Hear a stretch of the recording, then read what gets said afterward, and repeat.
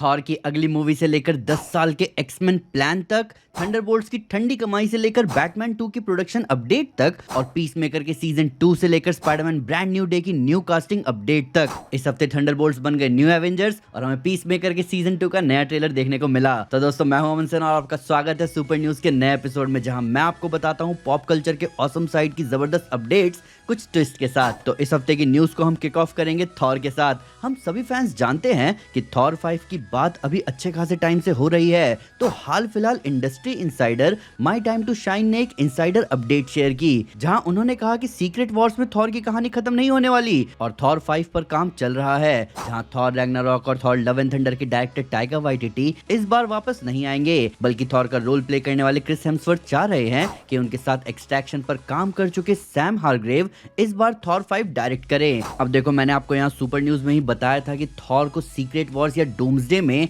Marvel एक बढ़िया stand of देने की बात कर रहा है, और मैंने आपको वहाँ ये भी बताया था कि थॉर के डूम्सडे या सीक्रेट वॉर्स में मरने से थॉर की फ्यूचर की कहानी पर कोई असर नहीं पड़ने वाला, क्योंकि सीक्रेट वॉर्स के बाद मल्टीवर्स रीसेट होगा और थॉर के साथ साथ कई सारे सुपर हीरोज की कहानी वापस चालू होगी। और अभी ये जो इनसाइडर अपडेट आई है थॉर 5 को लेकर, वो इस बात को और कंफर्म कर रही है। पर जितने टाइम से भी थॉर 5 पर बात चल रही है, उस हिसाब से ऐसा लग रहा है कि ये मूवी डूम्सडे और सीक्रेट वॉर्स के बीच में भी आ सकती है। अब अगर ऐसा होता है तो यहाँ एक कॉस्मिक लेवल स्टोरी तो बनती ही है। इन सबके साथ साथ सैम हारग्रेव थॉर की मूवी को डायरेक्ट करने के लिए कोई खराब चॉइस नहीं है, पर मेरे ख्याल से हमें बीच में जॉर्ज मिलर का भी नाम सुनाई दे रहा था। और मैं अगर अपने साइड से आपको कहूं तो मेरे हिसाब से जॉर्ज मिलर जैसे रेज्यूमे वाला डायरेक्टर अगर थॉर की मूवी को डायरेक्ट करेगा तो भाई बात ही कुछ और होगी। पर अब देखते हैं कि मार्वल थॉर 5 को लेकर किस रास्ते जाता है। हालांकि ज्यादा इंपॉर्टेंट बात यहाँ ये है कि यहाँ थॉर की स्टोरी कौन सी होगी। क्या यहाँ मैनगॉग तो नहीं आने वाला? अब अगली अपडेट है डीसीयू से। तो पीसमेकर सीजन 2 का पहला टीजर ट्रेलर आ चुका है, और इस टीजर को अगर मैं एक शब्द में एक्सप्लेन करना चाहूँ तो मैं कहूंगा वाइल्ड। और हमारे इस टीजर को वाइल्ड कहने का पहला रीजन हमें टीजर की शुरुआत में दिख गया, जहाँ हमें मैक्सवेल लॉर्ड, गाय गार्डनर और हॉकगर्ल दिख रहे हैं। अब हम सब जानते हैं कि ओरिजिनल डीसीयू में मैक्सवेल लॉर्ड का कैरेक्टर पेड्रो पास्कल ने प्ले किया था, पर अब वो रोल जेम्स गन के भाई शॉन गन प्ले कर रहे हैं, और इस वजह से शॉन गन अब डीसीयू में 3 कैरेक्टर्स प्ले कर रहे हैं, जीआई रोबोट, वीजल और अब मैक्सवेल लॉर्ड। वही अब हमें कहीं ना कहीं आइडिया लग रहा है कि सुपरमैन मूवी के एंड में शायद जस्टिस लीग एस्टैब्लिश हो सकती है, पर मेरे हिसाब से टीजर के हाईलाइट रहे फ्रैंक ग्रिलो, जो कि यहाँ प्ले कर रहे हैं रिक फ्लैग सीनियर का रोल। हमने उनकी वॉइस परफॉर्मेंस क्रिएचर कमांडोज में भी देखी है, पर मेरे ख्याल से हमें उन्हें यहाँ थोड़े अलग लुक में नहीं देखना चाहिए था। टीजर में हमें बताया गया है कि रिक फ्लैग सीनियर आर्गस के डायरेक्टर हैं। इन सब के ऊपर पीसमेकर के सीजन 2 में ऐसा तो होने ही वाला है कि रिक फ्लैग सीनियर अपने बेटे की मौत का बदला लेने पीसमेकर से आएंगे और हम फैंस को मिलेगी जबरदस्त भिड़ंत। अब पीसमेकर के बाद अगली अपडेट की बात करें तो थंडरबोल्ट्स को रिलीज हुए अभी एक हफ्ते से ज्यादा हो चुका है और उसके बॉक्स ऑफिस नंबर सामने आ चुके हैं, और ये numbers captain America brave new world से भी वीक हैं।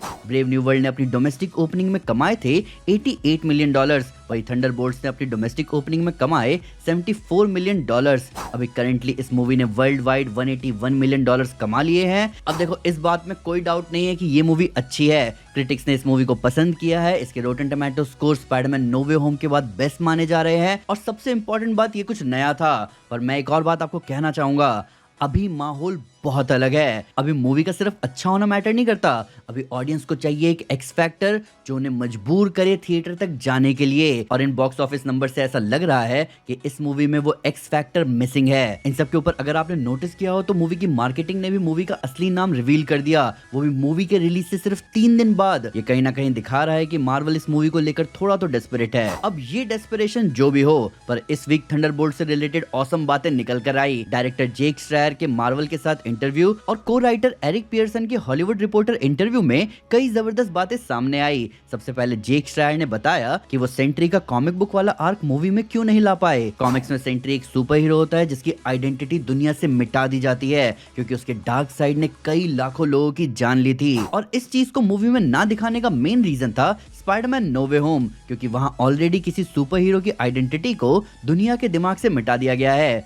और ये चीज फिर से करना रिपीटेटिव लगेगा। इन सब के ऊपर मार्वल थंडरबोल्ट्स के अच्छे रिव्यूज के साथ कंसिडर कर रहे हैं कि जेक श्रायर को ही एक्समैन का डायरेक्टर रखा जाए। ये मैं आपको अगर सही बात बताऊं तो एक मार्केटिंग टैक्टिक भी होती है, जहां अगर किसी मूवी को पुश करना होता है तो उससे रिलेटेड डायरेक्टर या राइटर को फ्यूचर के किसी प्रोजेक्ट से जोड़ दिया जाता है। ऐसा फ्लैश मूवी के टाइम पे भी हुआ था। वही थंडरबोल्ट्स के को राइटर एरिक पियर्सन ने बताया कि वो मूवी में टास्क मास्टर के साथ जो हुआ वो देखकर हैरान थे। उन्होंने टास्क मास्टर को लेकर एक लंबा आर्क लिखा था जहां घोस्ट टास्क मास्टर की बड़ी बहन जैसा रोल प्ले करती, पर इस चीज को चेंज कर दिया को राइटर जोआना कैलो ने। अब कहीं ना कहीं मार्वल को एक टॉर्चर्ड कैरेक्टर को ऐसी एंडिंग तो नहीं देनी चाहिए थी। इस एंडिंग का मेरे लिए भी ज्यादा सेंस बन नहीं रहा। अब टास्क मास्टर के साथ जो हुआ सो हुआ, पर आगे जो होने वाला है वो ऑसम ही होगा।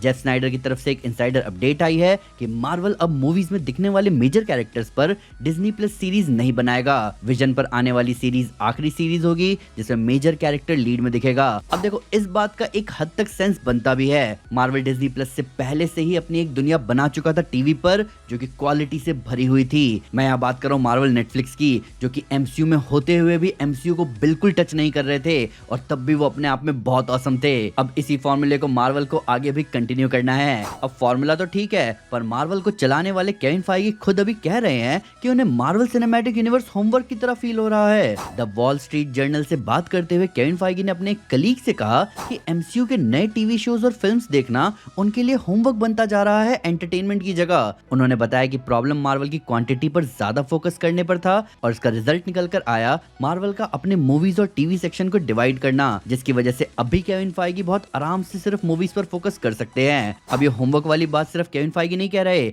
ऐसा कई नई ऑडियंस का भी कहना था, जिसकी वजह से नए क्राउड को मार्वल सिनेमैटिक यूनिवर्स से जुड़ने में थोड़ी दिक्कत आ रही थी, क्योंकि नया क्राउड जो है वो हर मूवी या सीरीज को देखने से पहले पिछले सारे प्रोजेक्ट्स देखना नहीं चाहता। हालांकि मुझे लगता है कि मार्वल सिनेमैटिक यूनिवर्स का सेलिंग पॉइंट उनके इंटरकनेक्टेड स्टोरीज ही थी। तो अभी केविन फाइगी का ऐसा कहना कि नई टीवी सीरीज और मूवीज उन्हें होमवर्क की तरफ फील हो रही है, वो मेनली इंटरकनेक्टेडनेस की वजह से नहीं है, बल्कि वो इसलिए है क्योंकि इनकी क्वालिटी उस क्वालिटी को बिलोंग नहीं करती जो क्वालिटी पहले हुआ करती थी। मैं खुद हमेशा से मार्वल सिनेमैटिक यूनिवर्स को कॉमिक्स की तरह समझता था कि कैसे कॉमिक्स की दुनिया में तो कई सारी चीजें एग्जिस्ट करती हैं, पर आपका सब कुछ पढ़ना जरूरी नहीं है। जिन सीरीज या मूवीज में आपका इंटरेस्ट हो उनको देखो, और इंटरकनेक्टेडनेस को एक्स्ट्रा फन की तरह लो, ताकि इसमें मजा आए, ना कि ये होमवर्क की तरह लगे। क्योंकि केविन फाइगी सिर्फ फोकस कर रहे हैं मूवीज पर, तो उन्होंने अपने एक कलीग को बताया कि उनके पास एक्समैन को लेकर 10 साल का प्लान है। अब यहाँ से एक चीज तो बिल्कुल क्लियर है, मल्टीवर्स सागा के बाद हमें म्यूटेंट सागा ही देखने को मिलेगा,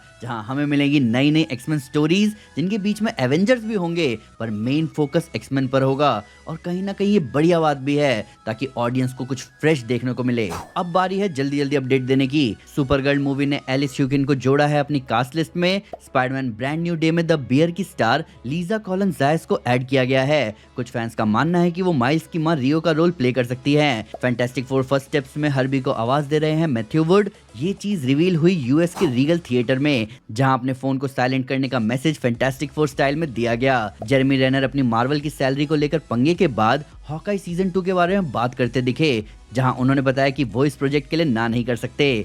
आयरन हर्ट का बेशक टीजर नहीं आया, पर रॉबर्ट डाउनी जूनियर ने रीरी विलियम्स का रोल प्ले करने वाली डोमिनिक थॉर्न से बात करते हुए अपना सपोर्ट दिखाया 2 थम्स अप के साथ। ब्लैक विडो मूवी पर काम कर चुके ओटी फेकबिनले ने बताया कि उन्होंने ओरिजिनली टास्क मास्टर के रोल के लिए ही ऑडिशन दिया था, पर मार्वल ने उन्हें ये रोल ना देकर मेसन का रोल दिया। अब आते हैं रूमर जोन पर, हफ्ते खतरनाक रूमर्स जो आपके होश उड़ा दें। जेफ स्नाइडर के हिसाब से मैट रीव्स अपने पर्सनल इश्यूज की वजह से डायरेक्टर की पोस्ट छोड़ रहे हैं बैटमैन 2 के लिए, जहां मूवी का प्रोडक्शन मार्च 2026 में शुरू होगा। इसका प्रोडक्शन वीकली में मेंशन भी हुआ है। इमैनुअल डेवन न्यूसम ने बताया कि विल पोल्टर लैंटर्न सीरीज में एडम स्ट्रेंज के रोल में दिख सकते हैं। तो दोस्तों, ये थी इस हफ्ते की सुपर न्यूज। आपको क्या लगता है कि सुपर हीरो मूवीज में वो एक्स फैक्टर क्या है जो ऑडियंस के बीच मूवी को हिट करवाता हो? पीसमेकर के सीजन 2 के लिए आपकी क्या प्रेडिक्शंस हैं? और अगले 10 साल तक मार्वल सिनेमैटिक यूनिवर्स में एक्समैन मूवीज के आने को लेकर आपकी क्या प्रेडिक्शंस हैं? और एमसीयू के अगले सागा का म्यूटेंट सागा होने के बारे में आपका क्या कहना है? प्लीज हमें कमेंट से जरूर बताएं। वीडियो अच्छी लगे तो लाइक जरूर करें और चैनल को सब्सक्राइब करना ना भूलें। साथ ही साथ एक स्टेप आगे आकर अपने फेवरेट चैनल को सपोर्ट करें मेंबरशिप लेकर। Thank you guys. This is Aman Sinha and you are super. Peace.